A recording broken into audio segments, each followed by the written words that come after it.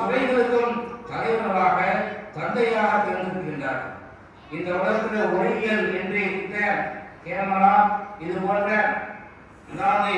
வெளிச்சம் இதெல்லாம் கண்டுபிடித்தவர் அது ஹைத்தம் என்ற ஒரு இஸ்லாமிய அர்த்தம் இருக்கிறார்.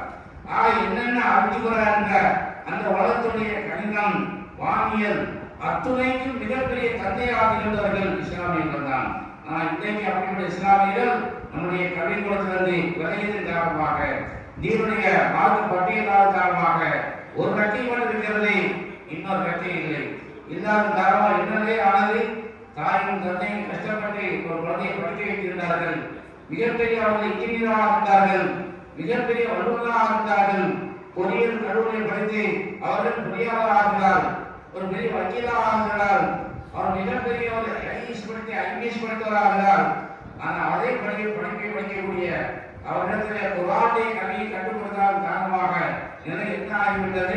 நான் ஆரம்பத்தில் சொன்னதை போன்று எப்படி ஒரு பறவைக்கு 2 ரெக்கை தேவை இருக்கிறதோ, ஒரு ரெக்கை கூட பறக்க முடியாதோ, அந்த ஒரு ரெக்கை இல்லாமல் அவர் மிகப்பெரிய இழப்பு ஏற்படுமோ, அதே போலதான் இன்றைக்கு நம்முடைய சமுதாயத்திலே மக்களுக்கு இழப்பு ஏற்பட்டு கொண்டிருக்கிறது. 2 கருவியும் தேவை. அந்த 2 கருவி என்பது மூலமாகத்தான் 2 ரெக்கை இருந்து உலகத்திலே பறக்க முடியும். இன்னைக்கு எத்தனையோ பேர் கடவாங்கி வாதிகளை படிக்க வைக்கின்றார்கள், மருத்துவர் ஆக்குகின்றார்கள்.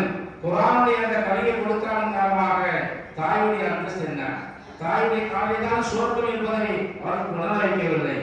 தந்தையுடைய பொருத்தத்தில் தான் அல்லாஹ்வுடைய பொருத்தம் என்பதை நாம் அவர்களுக்கு உணர்த்தவில்லை.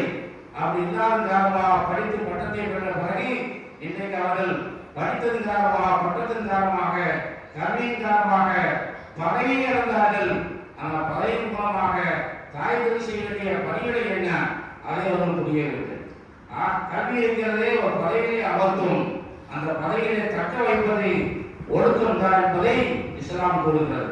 ஆக ஒழுக்கம் சார்ந்த கல்வியை நாம் குழந்தைகளுக்கு கொடுக்க வேண்டும். சிறு உதாரணத்திலிருந்து ஆண்களுக்கும் சரி பெண்களுக்கும் சரி அந்த தாய்க்கு மடியிலே வளர்க்கிற சமயத்திலே அந்த தாயை பால் ஊட்டுகின்றார்கள் சொன்னால் வெறும் பாலை ஊட்டவில்லை, ஈமானை ஊட்டுகின்றார்கள். அல்லாஹ்வுடைய சக்தியை ஞாபகப்படுத்துகின்றார்கள். பிஸ்மில்லாஹ் சொல்லி ஒரு பெண்மணி பால் கொடுப்பார் பொழுது அந்த சிறு பிஞ்சு உள்ளதிலே அல்லாஹ்வுடைய வல்லமை அல்லாஹ்வுடைய சக்தி அங்கே ஊத்தப்படுகிறது. அப்படிப்பட்ட ஒரு கையிலே குர்ஆனையும் இன்னொரு கையிலே இந்த உலகத்திலே நவீன அறிவையும் நாம் உருவாக்கி அவர்களை இந்த உலகத்திற்கு அனுப்பும் பொழுது இரண்டிலையும் அவர்களை மிக சிறந்தவர்களாக்கி தருவார்கள். இன்றைக்கு நாம் பார்க்கிறோம் எப்படிப்பட்ட இமாம் ஹஸ்ஸான் ரஹ்மத்துல்லாஹி இமாம் மேதையாக இருந்தார்கள்.